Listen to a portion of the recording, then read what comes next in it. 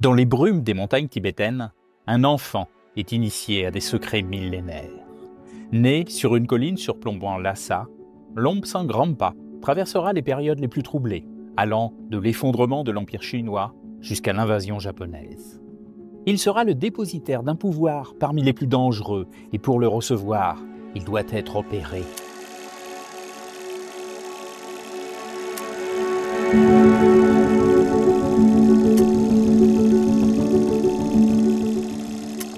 L'aiguille du médecin s'enfonce millimètre par millimètre dans le crâne de Lobsang.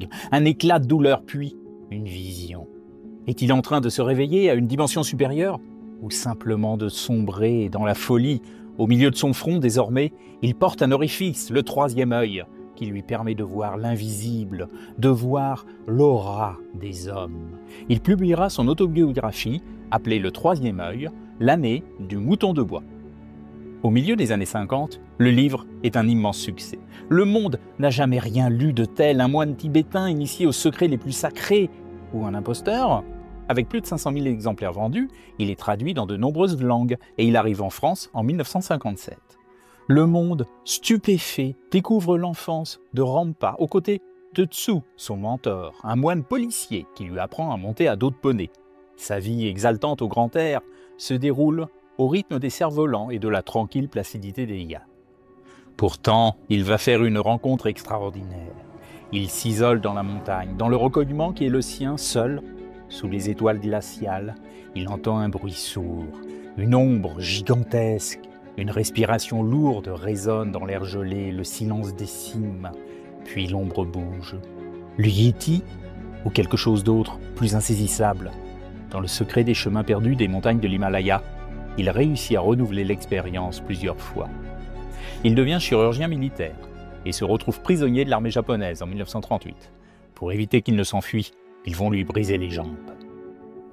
À la lecture de ce récit fascinant et captivant, plusieurs spécialistes du Tibet et du bouddhisme vont grincer des dents.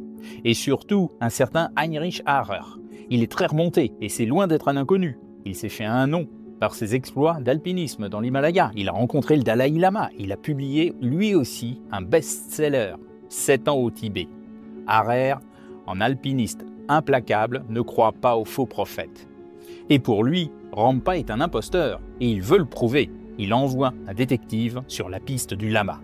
Le détective se met au travail et part tout simplement du côté du récit publié. Pas seulement à partir du texte, mais en s'intéressant surtout à l'éditeur. L'enquête débute donc au Royaume-Uni. Contre toute attente, la piste ne pointe pas immédiatement vers le Tibet. Les jours passent et le détective, méticuleux, fait son travail. Il ne quittera pas l'Europe. Il remonte la piste, il croise les indices. Soudainement, il a terminé. Il n'ira pas plus loin. Il vient de démasquer Cyril Hoskin. Alors Cyril, c'est un ancien vendeur de matériel médical au chômage et qui a un don. Alors, c'est pas le troisième œil, mais il a le don de raconter des histoires passionnantes. Le scandale va éclater en 1958 quand Harrer va tout révéler. Alors, quand le masque tombe, Rampa réagit. Mais non pas en reculant, non, il revendique une vérité encore plus choquante, la transmigration de l'esprit. Pour ses fidèles, ce n'est pas un mensonge, c'est un miracle. L'esprit du moine Rampa a visité le corps britannique de Cyril Hoskin. Et l'explication arrive à convaincre qui veut bien y croire. Alors, Cyril Hoskin continuera d'exploiter le filon. Il va publier une série d'ouvrages traitant des chakras, des voyages astraux, mais aussi de la télépathie avec les chats. Il disparaît en 1981, avec une solide réputation de maître de l'ésotérisme et 15 millions de livres vendus. Un Himalaya de livres, en quelque sorte. La leçon de Cyril, c'est d'avoir su créer une légende toujours vivace, même après sa disparition. C'est d'avoir su créer et surtout rentabiliser une communauté de disciples qui préfèrent voir ce qu'ils croient plutôt que croire ce qu'ils voient.